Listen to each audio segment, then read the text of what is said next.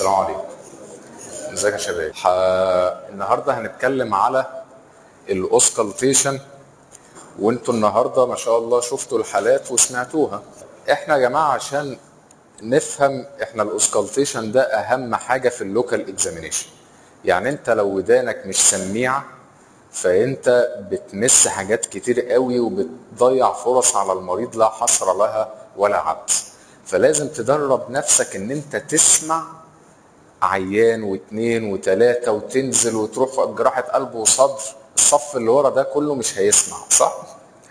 تروح جراحة قلب وصدر وتشوف العيان وتقلب وتجيب الدكتور وانا مش سامع. يعني بص، تستغل فترة الموديول وما بعد الموديول وفترة الامتياز ان انت تدرب ودانك انك تلقط الميرمر او تلقط الابنورمال هارت ساوند. احنا علشان نشوف اوسكالتيشن كويس فاحنا الاول عايزين نعرف هي ايه الهارت فالفز والنورمال هارت ساوند بتاعتنا، ايه الستبس اوف اوسكالتيشن.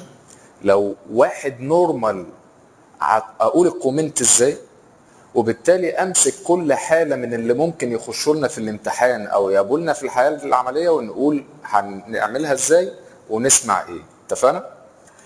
يلا نخش على الهارت فالف والنورمال هارت ساوند. تعالى كده نشوف الفيديو ده كده مع بعض. القلب كام حجرة؟ 4. في عندنا 4 تشامبرز. وفي عندنا كام فالف؟ 4. مايترال بين ايه وايه؟ المايترال بين الليفت اتريا والليفت فنتريكل، صح؟ والاورطة بين الليفت فنتريكل والاورطة. طيب والترايكاسبيد بين الرايت اتريوم والرايت فنتريكل، والبلمونري بين الرايت فنتريكل والبلمونري. طيب احنا دلوقتي لازم نفهم وظيفة كل فالف. وظيفة كل فالف، الميترال فالف يعدي الدم اثناء الدايستول واثناء السيستول. قافل ولا فاتح؟ قافل. يبقى لو حصل ضيق في الميترال فالف هسمعه اثناء الدايستول ولا السيستول؟ ولو حصل ارتجاع هسمعه اثناء السيستول. اورتيك ستينوزس سيستوليك ولا دايستوليك ميرمر؟ سيستوليك ميرمر، لان الدم بيعدي نورمال من الاورتيك فالف في السيستول، فلو حصل فيه ضيق هسمعه ايه؟ سيستوليك. طب اورتيك ريجيرج؟ دايستوليك. طب ترايكاسبيد ريجيرج؟ سيستوليك، لان المفروض ان هو يكون قافل. طيب بالمونري ستينوزس؟ سيستوليك. يبقى احنا دلوقتي نعرف ايه الوظيفه بتاعت كل فالف عشان نعرف لما تضيق نسمعها فين، ولما يحصل ارتجاع نسمعها فين. حلو قوي. فاحنا المفروض نسمع الهارت ساوند بتاعنا، كل واحد يروح يسمع السماعه ويحطه على نفسه، هيسمع كده.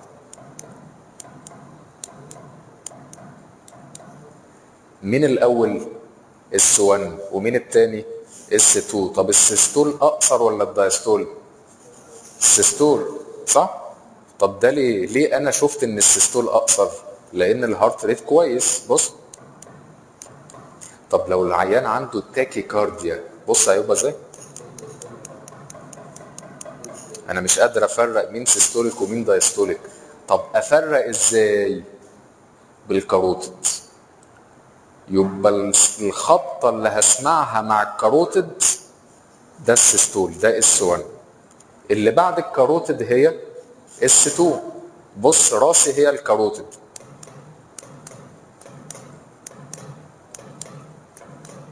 يبقى كده ايه؟ اول خبطه هي اس 1 وفتاني خبطه هي اس 2. طب انا سمعت ميرمر، وانا بعمل ده كله ليه؟ عشان لما اسمع ميرمر اشوف السيستوليك ولا دايستوليك، صح؟ بص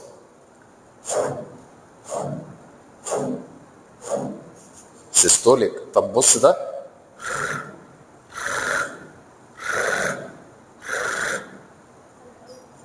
دايستوليك.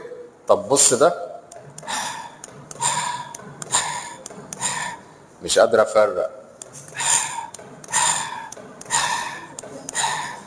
يبقى ده دايستوليك ولا سيستوليك؟ دايستوليك، لانه حصل بعد الكاروتيد. طب بص ده دايستوليك. طب بص سيستوليك. اذا انا في الاول مش هقدر اميز بين اس 1 واس 2 خاصه في وجود التاكيكارديا. انما مين اللي هيقول لي؟ الكاروتيد. احط ايدي على الكاروتيد، طلع الصوت مع الكاروتيد يبقى سيستوليك، طلع مع عكس الكاروتيد يبقى دايستوليك. طب ايه الستبس اوف اوسكالتيشن؟ لازم نعرف ان احنا في عندنا 5 areas for auscultation. اول واحده هي الميترال فالف اريا وهي عند الايبكس. طب واعرفها ازاي؟ بالانسبكشن والبالبيشن. ليه؟ لان ممكن يبقى نورمال وممكن يبقى دايليتد وممكن يبقى شيفتد، فانت ما ينفعش تسمع الميترال فالف اريا الا لما تحددها ازاي؟ بالانسبكشن اند بالبيشن. بعد كده تخش على الترايكاسبيد، موجوده فين؟ في الليفت باراسترنال اريا. طيب بعد كده البلمونري موجوده فين؟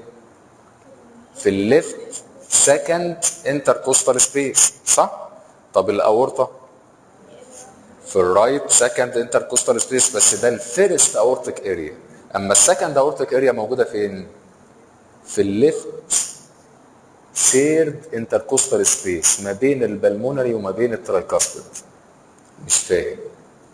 مصل الاورطه طالع من الليفت فنتريكل بالشكل ده، فلما بيحصل ستينوزس بيتسمع في الفيرست اورتيك اريا، اما لو في ريجيرج بيتسمع في السكند اورتيك اريا. اصلا كل مرمر بتسمع في المكان اللي هو رايح له. هو الاورتيك ريجيرج راجع لورا ولا طالع لقدام؟ راجع لورا. ايه الثقه دي؟ الاورتيك ريجيرج راجع لورا، يبقى راجع يمة الايه؟ الايبكس. يبقى ما يتسمعش في الفيرست اورتيك اريا، يتسمع عند السكند اورتيك اريا اللي هي موجوده في الليفت سيرد انتركوستال سبيس. انما الاورتيك ستينوزس طالع لقدام ولا راجع لورا؟ طالع لقدام، يبقى اسمعه في الفيرست اورتيك اريا، وكمان هلاقيه ريفيرد للنك. يعني لما اطلع على النك برضو ممكن اسمع البروباجيشن اوف اورتيك ستينوزس ميرمر. يبقى احنا دلوقتي عرفنا الارياز اللي انا هسمع فيها هما 5 ارياز. فاحنا هنأوسكالتيت ايه بقى؟ هنأوسكالتيت هارت ساوند واديشنال ساوند وميرمرز اس 1 واس 2. لو انا على الميترال او الترايكاسبيد هعلق على اس 1 لانه يقابل الكلوجر اوف ميترال اند ترايكاسبيد فالف. طب لو انا على الاورطه والبلمونري هسمع اس 2 لان ده مع قفله الاورطه وقفله البلمونري بيحصل الاس 2. البورصه صاعده ولا نازله؟ البورصه صاعده ولا نازله؟ اشتريت كام سهم؟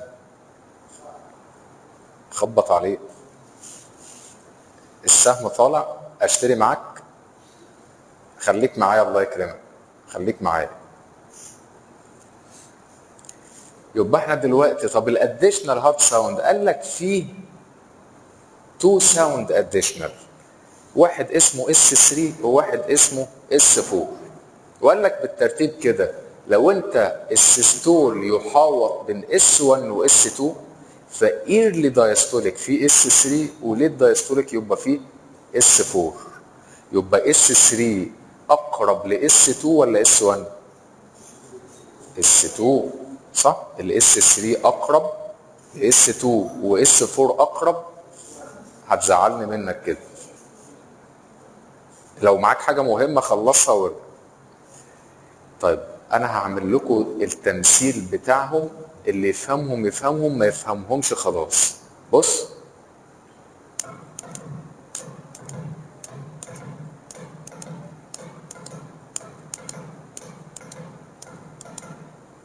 ده اس 3 ولا اس 4؟ اس 3 لانه اقرب الى اس 2. بص طب وانت عرفت ازاي ان دي اس 2؟ بالكاروتيد. بص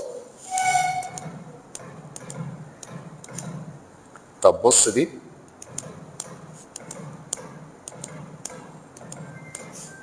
يبقى ده اس 4 لانه اقرب لاس 1. وعرفت ازاي ان ده اس 1؟ بالكاروتيد. يبقى احنا كل ما نتزنق نقول ايه؟ كاروتيد. الكاروتيد ده الساحر بتاعنا النهارده، وقبل ما تحط ايدك على الكاروتيد لازم تسمعه علشان لو في ستينوزس هتسمع حاجه اسمها بروي ممنوع تحط ايدك عليه. تخيل مثلا كده، مثلا انت عندك بعد الشر عليك عندك ستينوزس في الرايت سايد في الكاروتيد، وانت رايح تحس الليفت سايد، هتعمل له ايه؟ برين اسكيميا. هتبص تلاقي دخل في سينكوبال اتاك وانت قاعد مش فاهم ايه اللي بيحصل. فقبل ما تحس الكاروتيد لازم تسمعه. اتفقنا؟ حلو قوي. يبقى احنا كده عرفنا اس 3 واس 4. حد في درس الهارت فيلير سمع يعني ايه جالوب؟ حلو. جالوب يعني في اديشنال ساوند مع تاكيكارديا، فبتقلب زي الحصان. بص،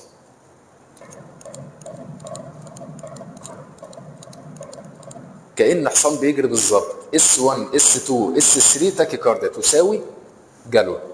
يبقى جالوب معناها ايه؟ جرية الحصان. والمرمر هو صوت غريب. صوت غريب ده بسبب ان الدم مش ماشي بسريان طبقي، يعني مش ماشي كده سموث، ممكن التو ويفز بيخبطوا في بعض. يعني المايترال ريجيرج ده بيبعت للليفت اتريم والليفت اتريم عايز يبعت له، صح؟ فبيخبطوا في وش بعض يعمل مرمر. طب مايترال ستينوزس بدل ما احنا ماشيين من اريا قد كده اهو، مزنوقين في اريا قد كده اهو زي الخرطوم. حد مسك خرطوم قبل كده ورش بيه؟ بيعمل ايه؟ ايش ايه الايش دي؟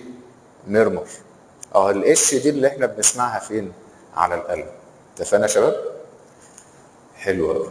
تعال نشوف النورمال كومنت. انا دلوقتي داخل في لجنه اوسكالتيشن.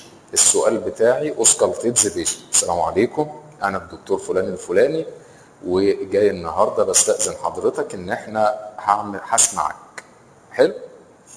موافق؟ موافق. انما تخش تشلحه كده على طول ما ينفعش، يعني لازم تستأذنه وتقول له انت هتعمل ايه. انت في الامتحان بتبقى متوتر وماشي والشنطه قاعده تقع منك وبتاع، بس لازم يبقى عندك ثبات انفعالي. والدرجه في اخر السنه يعني 50% ثبات انفعالي و50% معلومات. لازم يبقى عندك ثبات انفعالي في اللجنه، بره اللجنه، في الحياه العمليه. دي حاجه هتكتسبها بالمواجهه، وهو ده فايده ان ليه في كلينيكال وليه في شفوي في طب. يعني في قامت بعض الدعوات كده احنا عايزين نلغي الشفوي والكلينيكال من كليه الطب. ازاي؟ ده انت اصلا شغلك في الحياه العامه مواجهه. انت قاعد تواجه عيان وريلاتيفز الله اعلم بالكالتشر بتاعتهم عامله ايه، وواحده قاعده تقول لك ده انا مش عارف عندي من اول عم نول واول عم نول، وما انتش فاهم انت بتتكلم في ايه. فالمواجهه لازم تتحط في سيتويشن ويبقى عندك ثبات انفعالي. مش هتعرف، يبقى انت عارف دلوقتي ان انت مش هينفع تخش تخصصات فيها مواجهه. في ناس عارفه كده يقول لك انا اخش كلينيكال باثولوجي من للجهاز، ماليش دعوه انا بعيانين، تجي لي العينه احللها وتخرج. صح؟ في حد بتاع مواجهه. ايه؟ يا باشا اتفضل. فالمهم يا جماعه ان انت يبقى عندك ثبات انفعالي جوه الامتحان. دي احد السكيلز اللي انت المفروض تتعلمها. انا دخلت على العيانه اهو بعد ما استاذنته ودفيت ايديا، رحت داخل عامل انسبكشن للايبكس. ما شفتهاش، حطيت ايدي ما حسيتهاش، وديته على الليفت سايد حسيتها، حددت المكان، ابدا احط السماعه بتاعتي بالكون. لان الكون اللي هو حد معاه سماعه، الكون ده اللي هو اليمه الثانيه بتاعت الدايفرام. الكون ده مخصص ان هو يسمع اللو بيتشد ساوند. واحنا عندنا كام لو بيتشد ساوند؟ اللي هيصحصح معايا هيبقى ياخد هديه. عندنا كام لو بيتشد ساوند؟ المايترال ستينوزس ميرمر ده لو بيتشد، والاس 3 واس 4 لو بيتشد. هندي اس 3 واس 4 بالقفا، يبقى فاضل لنا ايه؟ المايترال ستينوزس. يبقى انا اضع الكون على المايترال اريا بحثا عن المايترال ستينوزس. يقول لك لما تحطها حطها لايتلي، مش تعمل تايت كومبريشن، يعني جاست ان انت لامس الشيست وول بتاع العيان. لقيت ميرمر؟ ما لقيتش. تعمل ايه؟ قال لك قبل ما تقول ان مفيش ميرمر you have to perform a provocation test. يعني تعمل حاجة تظهر الميرمر لو مش موجود. طب ايه الحاجة اللي تظهر الميرمرز؟ قال لك قاعدة: المايترال يظهر لما العيان ينام على جنبه الشمال، لان انا بقرب الايبكس من الشيست وول. الاورطه يظهر ان انت تقعد العيان وتوطيه لقدام وتخليه يفضي نفسه. الرايت سايد اوف ذا هارت يتظهر حلو لما تقول للعيان خد نفس جامد. اتفقنا؟ يعني مثلا لما تحط السماعه ولقيت فيه سيستوليك ميرمر على الايبكس، هتسال نفسك سؤال، هو ده يا ترى بروباجيشن اوف اورتيك ستينوزس ميرمر ولا ده مايترال ريجيرج؟ ودي العين على جنبه الشمال، لو زاد يبقى مايترال ريجيرج، لو ما زادش خلي العين يوطي لقدام ويفضي نفسه، لو زاد يبقى اورتيك ستينوزس. يبقى في عندنا 3 مانوفرز بنعملها: going to the left lateral position, leaning forward, holding breath in full expiration, and deep inspiration what is called Carvalho sign. اتفقنا؟ حلو قوي. طيب وديته على اليمة الشمال وما سمعتش، وهو على الشمال اروح قالب الكون وحاطط الدايفرام في ميرمر. طب وانس ان انا لقيت ميرمر هعلق عليه، ما لقيتش ميرمر هسكب. يبقى انا دلوقتي المايترال فالف اريا حطيت عليها كون والدايفرام مفيش ميرمرز واس 1 نورمال، يبقى ده اللي انا هعلق عليه. هروح على الترايكاسبيد هحط الكون والدايفرام، الكون بحثا عن الترايكاسبيد ستينوزس اللي هو مش علينا مش هيجي لنا، وبعدين الدايفرام علشان ادور على ترايكاسبيد ريجيرج واعلق على اس 1. بعد كده اطلع على البلمونري اريا اقول اس 2 اخبارها ايه واشوف فيه ميرمرز ولا لا، بس بالدايفرام على طول، ما عندناش لو بيتش ميرمرز موجوده على البيز اوف ذا هارت. بعد كده اطلع على الاورتيك اريا فيرست وبعد كده على السكند اورتيك اريا. يبقى انا دلوقتي عملت ايه؟ حسيت الايبكس وحددت السايت بتاعها، وبعد كده سمعت كون دايفرام ورحت على الترايكاسبيد كون دايفرام، بعد كده بالمونري كون دايفرام على طول، اورطه دايفرام على طول سواء فيرست او سكندري. اتفقنا؟ حلو قوي. لما اجي اقول الكومنت بتاعي regarding apex normal S1 no audible murmurs or additional heart sound. regarding الترايكاسبيد normal S1 مفيش additional مفيش murmurs. على البلمونري نورمال S2 مش S1 نورمال S2 ومفيش ميرمرز ولا اديشنال ساوند. وبعد كده الاورطه نورمال S2 بعد كده نو اديشنال ساوند ولا ميرمر. يبقى ده النورمال كومنت اللي انا المفروض اقوله. انا دلوقتي داخل على مايترال ستينوزس. حلو، في مريض نايم قدامي اهو متمدد عنده مايترال ستينوزس. قال ازيك يا حاج عامل ايه؟ مش عارف انسبكشن مش شايف، حطيت ايدي اهي موجوده في الفيبس سبيس، رحت حاطط الكون ده انا سامع في ميرمر. اوتوماتيك اول ما تسمع ميرمر ايدك التانيه تطلع على الكاروتيد عشان تحدد هو سيستوليك ولا دايستوليك. بص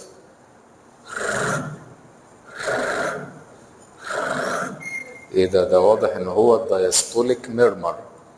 طيب عايز اتحرك اشوفه بروباجيتد ولا لوكالايزد؟ هطلع على الاكزيلا هلاقيه ثابت لوكالايزد تو ذا ايبكس، يعني لما بطلع بره الايبكس ما بسمعوش.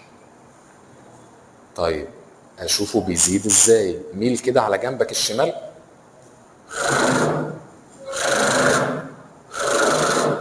ده بيزيد. I'm going to the left lateral position. اشيل السماعه واحط ايدي احس السريل ولا لا. لو لقيت سريل، السريل ده عامل زي الموبايل زي فايبريشن موبايل، لو لقيته دايستوليك يبقى فيه دايستوليك سريل، لو ما فيش يبقى. طب ايه هدف السريل؟ قال لك طالما انت سمعت الميرمر يبقى هو يا اما جريد 3 يا 4. حسيت سريل يبقى جريد 4، ما حسيتوش يبقى جريد 3. سهله؟ يبقى ال6 جريدز اوف ميرمرز دي مش عايزينها، اللي عايزينه ايه؟ 2 جريدز. انت سمعته يبقى جريد 3 او 4، لقيت سريل يبقى جريد 4، ما لقيتش سريل يبقى جريد 3. بعد ما تخلص وتشكر العيان هتبدا ان انت تقول للدكتور انا سامع accentuated second heart sound first heart sound diastolic rumbling murmur localized to the apex increase ongoing to the left lateral position it is organic grade 4/6 with diastolic thrill. بالذمه لما تقول كده حد هيبق معاك؟ انما لما تحط السماعه وبعدين تقول وسمعت سيستوليك ميرمر اول ما تخش بالآده يروح قايل لك بقى طب قول لي بقى لو انت لقيت سيستوليك ميرمر على الايبكس ايه الديفرنشال دايجنوز؟ بص تلاقوا ايه اتسحبت من سيمبل كيس الى حاجات ما يعلم بها الا ربنا.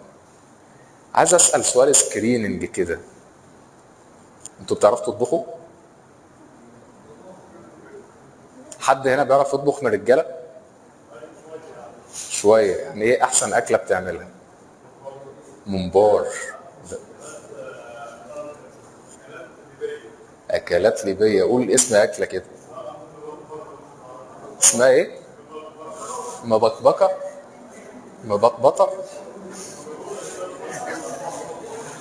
طب في حد من الرجاله بيعرف يطبخ؟ بالنسبه للجانب الاخر في حد هنا بيعرف يطبخ؟ احسن اكله بتعمليها ايه؟ ايه؟ محشي. في يا جماعه اجماع النهارده، انا عملت سكرينج بالسؤال ده، في اجماع على المحشي في الشرقيه. نرجع للاوسكالتيشن. يبقى احنا بنعلق على الميرمر. حد يقول ايه؟ هنعلق على ايه؟ قول لي انت اخر واحد. النومه بتاعت ايوه انت قول لي هنعلق على ايه؟ اقرا معايا. تايم، كاركتر، سايت اوف ماكسيمم انتنسيتي، بروباجيشن، بروفوكيشن، جريد، ثريل. بس انا كده بالذمه هعرف احفظهم؟ لا مش هعرف احفظهم. واتفقنا ان الجريد 3 وجريد 4، جريد 4 دي معاها الثريل، جريد 3 مش معاها الثريل. بس هحفظها ازاي بقى؟ كده ان انا اجيب الكومنت احفظه واطبق عليه. accentuated S1 diastolic يبقى عرفت التايمنج، رامبلنج يبقى عرفت الكاركتر. والكاركتر عايزين نتفق اتفاق. في 2 ليهم كاركتر مميزين والباقي سوفت بلوينج. الميترال ستينوزس رامبلنج والاورتيك ستينوزس هارش. ما دون ذلك وانت مغمض عينك تقول ايه؟ سوفت بلوينج. يبقى دايستوليك رامبلنج ميرمر لوكالايزد على الايبكس، يبقى انا شفت السايت اوف ماكسيمم انتنسيتي والبروباجيشن. وانكريز اون جوينج تو ذا ليفت لاترال بوزيشن، يبقى انا شفت البروفوكيشن. اتيز اورجانيك جريد 3 مش معاه ثريل، يبقى شفت الجريد والثريل ايه؟ مع بعض. حلو؟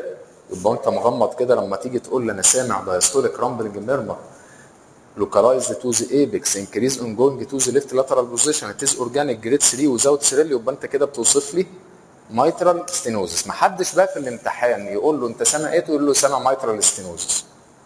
اوبسليت. ما ينفعش انت تقول تشخيص، لان انت المفروض بتتوقع من الكلينيكال اكزامينيشن وبعد كده بتكونفيرم بالانفستيجيشن.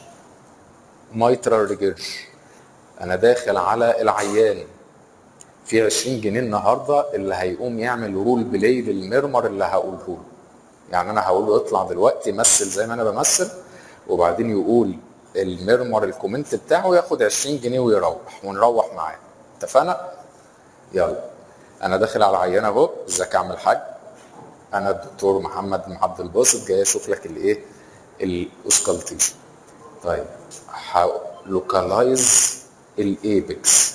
عملت لها لوكاليزيشن. احط الكون مش سامع حاجه، اودي العيان على جنبه الشمال مش سامع دايستوليك ميرمر، خليك محدد. رجعه تاني وحط الدايفرام سامع. ايديا تروح على الكاروتيد سيستوليك، عايز اشوفها منتشره ولا في مكانها، فهطلع على الاكزيلا. بروباجيتد للاكزيلا، ميل على جنبك الشمال، بتزيد اون جوينج تو ذا ليفت. يبقى شيل السماعه وحط ايدك في ثريل، يبقى جريد 4.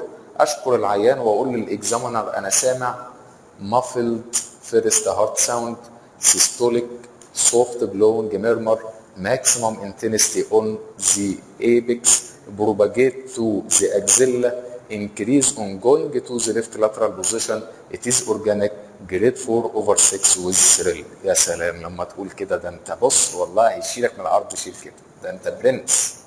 صح ولا لا؟ طب لو تهتهت دوخيني يا ليمون.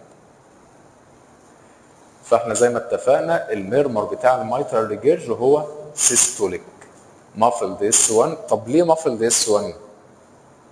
لان الفالف فيه ريجيرج. صح، في ريجيرج، فالفالف عايم مع الانقباض يتحرك مسافه قصيره، انما الاستينوزس الفيلنج فاضي فالفالف يتحرك مسافه عاليه فيبقى فيه اكسنتويتد اس 1. اورتيك ستينوزس ده سيستوليك ولا دايستوليك؟ سيستوليك صح. انا داخل على العيان اهو، ازيك يا عم الحاج عامل ايه؟ انا الدكتور محمد ايه. ها شفت الايبكس، حطيت الكون وديته على الشمال مفيش، رجعته تاني وحطيت الدايفرام مفيش، وديته على الشمال مفيش، حطيت على الترايكاسبيد مفيش، قلت له خد نفس عميق مفيش برضه، حطيت على البلمونري مفيش، خد نفس عميق مفيش، حطيت على الاورطه اوبا في مرمر، ايدي تروح على كاروتيد ده سيستوليك. عايز اشوف البروباجيشن هطلع على النك وانزل على الايبكس، دي طالعه على النك وعلى الايبكس بروباجيتنج. عايز اعمل بروفوكيشن اقعد ووطي لقدام وفضي نفسك،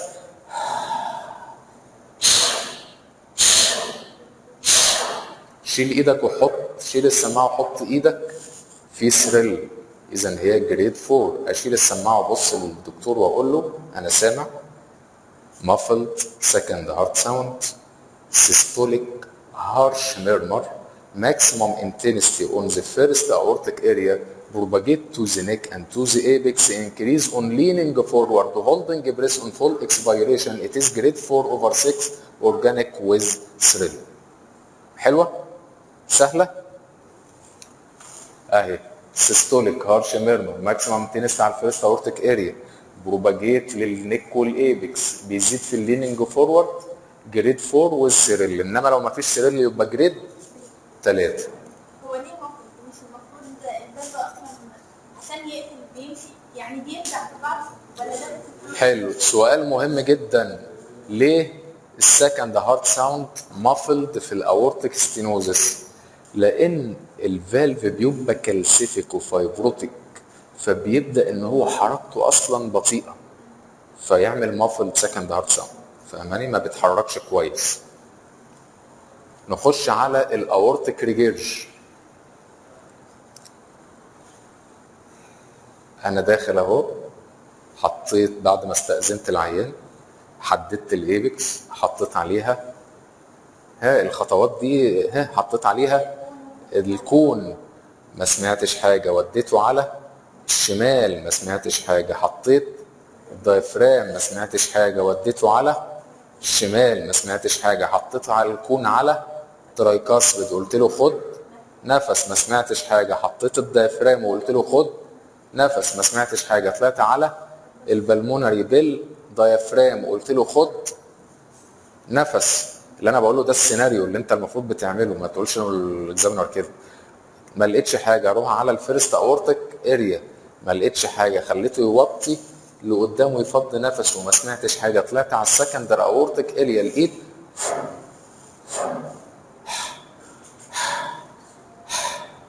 طب ده سيستوليك ولا دايستوليك؟ اروح على كاروتيد،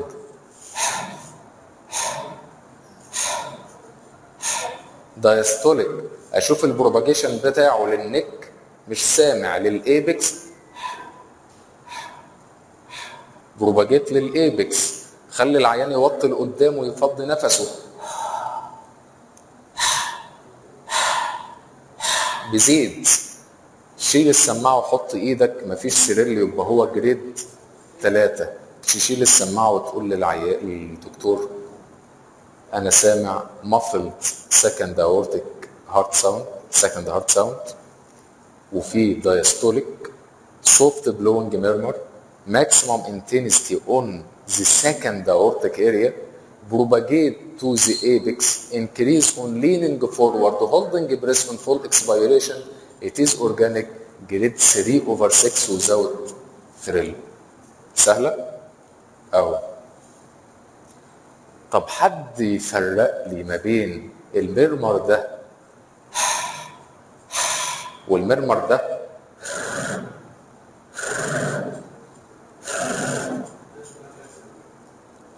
الاتنين دايستوليك بس ايه الفرق بينهم؟ الكاركتر ده سوفت انما ده رامبلينج صح؟ ايه تاني؟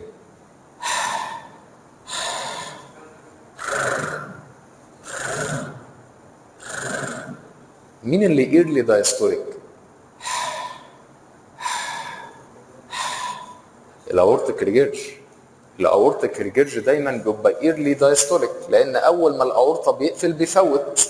انما مين اللي ميد ليد دايستوليك؟ بص الدايستول بدا والمرمر لسه ما بداش. بص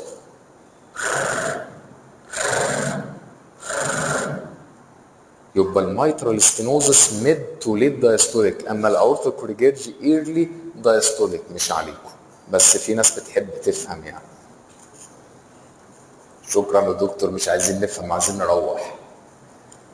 مش ده احساسكم ورا؟ muffled aortic component of second heart sound diastolic soft blowing murmur maximum intensity on the second aortic area propagate to the apex increase on leaning forward holding breath in full expiration it is organic grade 3/6 without thrill. سهله؟ نخش على اللي مستخبيه ورا البتاعه دي اسمها البلمونري هايبرتنشن اللي انتوا سمعتوه النهارده and tricuspid regurg. دلاله البلمونري هايبرتنشن يا جماعه ان انا الاقي accentuated second heart sound في البلمونري اريا. طب ليه؟ ليه؟ صح الكلوزنج بريشر اوف اورتيك اوف بالمونري فالف ايه؟ عالي صح؟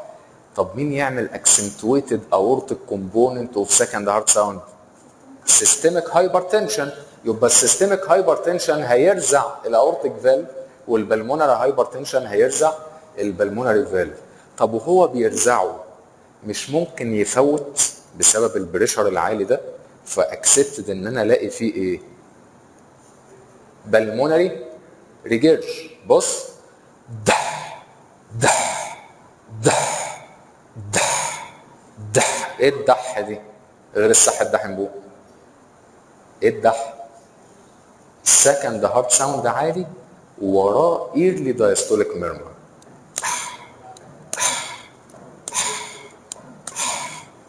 اتفقنا؟ طيب اكسبتد في البلمونري هايبرتنشن ان انا الاقي برضو حاجه اسمها سيستوليك ميرمر على البلمونري فالف. ممكن اسمعه وممكن ما اسمعوش. حلو؟ والبلمونري ميرمرز بتزيد بالانسبيريشن. يعني انا ممكن اقول في accentuated pulmonary component of second heart sound واقول في diastolic soft blowing murmur localized to the pulmonary area increase on deep inspiration it is functional grade 3/6 without thrill. ليه قلت functional؟ قال لك ان الفانكشنال ميرمر هو الميرمر الذي يحدث على الرغم من ان الفالف هيلثي. الفالف ايه؟ هيلثي. يعني في حاجه هي اللي عملت الريجيرج غير ان الفالف يبقى ديسيزد وفايبروتيك. يعني بالمونري هايبرتنشن يعمل فانكشنال بالمونري ريجيرج. الدايليتد كارديومايوباثي والهارت فيلير يعمل فانكشنال مايترال ريجيرج. ليه؟ لانه وسع الانلس انما الفالفات ايه؟ هيلثي. وقال لك علشان تميز ما بين الاورجانيك والفانكشنال ميرمر الفانكشنال لوكالايزد اما الاورجانيك بروباجيتد. الفانكشنال صوته واطي اما الاورجانيك صوته اعلى في الجريد. الفانكشنال لا يمكن يبقى معاه ثريل، اما الاورجانيك يكون معاه ثريل. دي برضو معلومه لو فهمتها ما فهمتهاش ايه مش مهم. ترايكاسبيد ريجيرج، عايز حد بقى يجي عشان ال 20 جنيه، مين يتطوع ويجي يقول كومنت اوف ترايكاسبيد ريجيرج وياخد 20 جنيه علما ان الترايكاسبيد ريجيرج فانكشنال. 20 جنيه يا جماعه نقدي، 20 بلبل جندي. هي هتفرق لو كان فانكشنال مش هيبقى بروباجيتد، انا لسه قايل بس، انما الكومنت الباقي عادي. ها يا جماعه على اولى، ها لا حد لازم يطلع، انا مش ماشي إلا لما حد يطلع. انا معايا 20 جنيه مزهقان. السلام لو حد من الرجاله عملها ورا. حد من الرجاله طلع ماشي، لو مش حد انا هطلع كتجربه مش كفلوس. ماشي لا كفلوس. ها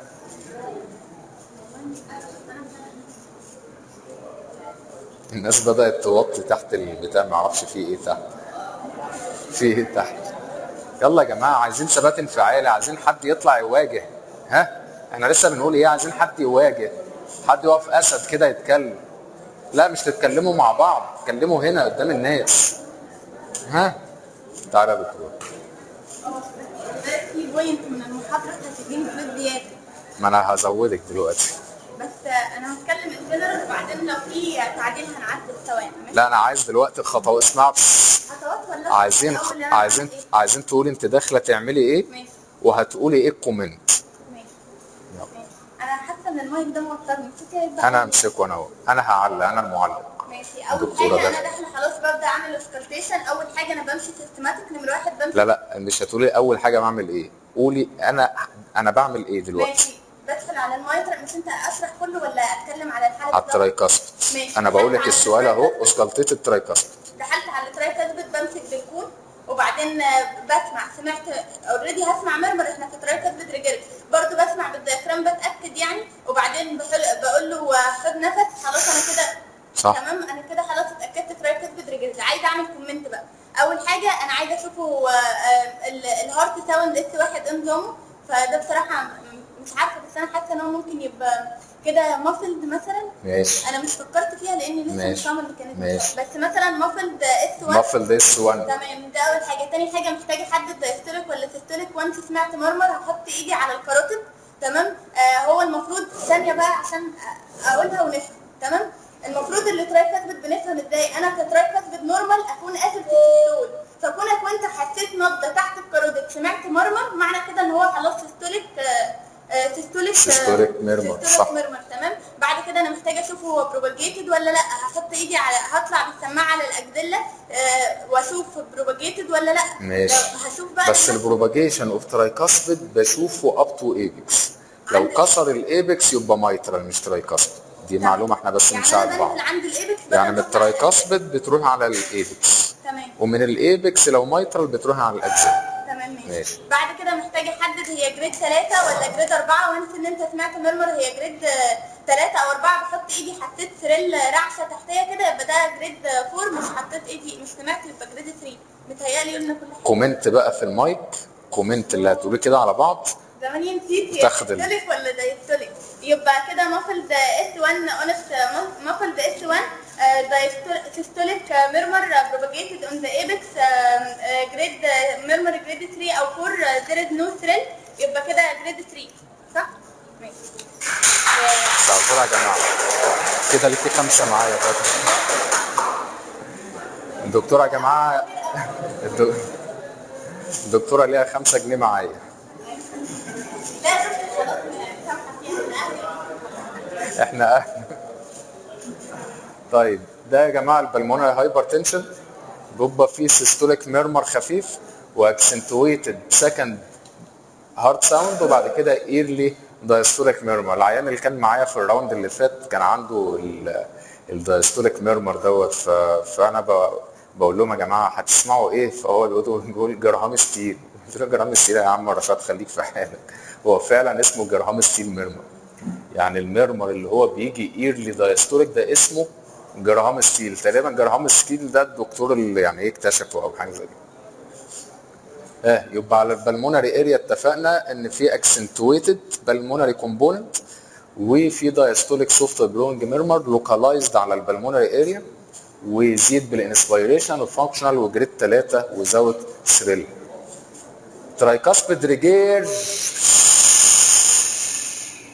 ترايكاسبيد ريجيرج زيه زي المايترال، يعني سيستوليك وبيبقى معاه مافلد اس 1 زي ما الدكتوره قالت، مافلد اس 1 سيستوليك سوفت بلونج ميرمر maximum intensity on tricuspid area propagated to the apex, increase on deep inspiration.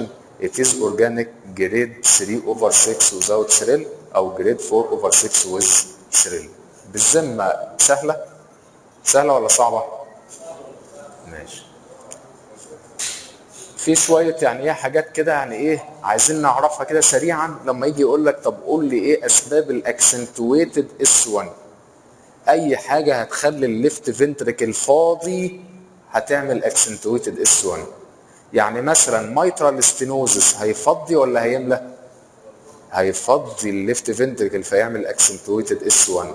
ترايكاسبيد ستينوزس هيعمل اكسنتويتد اس 1. طب ساينس تاكيكارديا هتشورتن الدايستول مش هيبقى فيه ابروبريت ال في فيلنج تعمل اكسنتويتد اس 1. طب واحد عنده هايبر دايناميك سيركيوليشن هتعمل اكسنتويتد اس 1.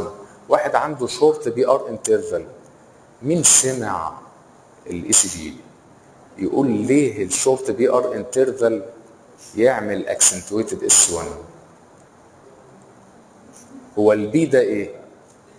الاتريال اكتيفيشن والار الفنتريكولار اكتيفيشن. اذا shortening of the period between atrial activation و ventricular activation هيجي على حساب السيستول ولا الدايستول؟ الدايستول. فبالتالي الفيلنج هيقل فيبقى فيه accentuated اس 1. معلومه كده على الطريق. على عكس المايترال جيج والترايكاسبيد ريجيرج يعمل ايه؟ مافلد اس 1. ليه؟ عشان الفيلنج كبير. طيب واحد عنده افيوجن والقلب غطسان في ميه هسمعه؟ مش هسمعه. واحده اوبيز قد كده اهو 120 كيلو مش عارف اوصل اصلا للايبكس هسمع لها حاجه دي؟ مش هسمع لها حاجه. واحد عنده فالف كالسيفيكيشن زي بتاع الاورتيك ستينوزس هسمع له حاجه؟ مش هسمع له حاجه. واخيرا اللونج بي ار انترفال. مين يعمل اكسنتويتد اورتيك كومبوننت؟ سيستميك هايبرتنشن. ومين يعمل اكسنتويتد بالمونري كومبوننت؟ بالمونري هايبرتنشن. طيب السيفيليتيك اورتيك ريجيرج بقى ايه قصته ده؟ قال لك السيفيلس بيعمل اورتيك انيوريزم بس الفالف بيبقى هيلثي، فالرزعه بتيجي على هيلثي فالف فيعمل اكسنتويتد وما عادش موجود. بس اهم حاجه تقول لي سيستميك هايبرتنشن. اما المافلد في الروماتيك ستينوزس وريجيرج لان بيبقى الفالف فايبروتيك اند كالسيفايد. البلمونري مين يرزعه؟ بالمونري هايبرتنشن. مين يقلله؟ هو البلمونري ستينوزس. اس 3 واس 4 عرفتوها؟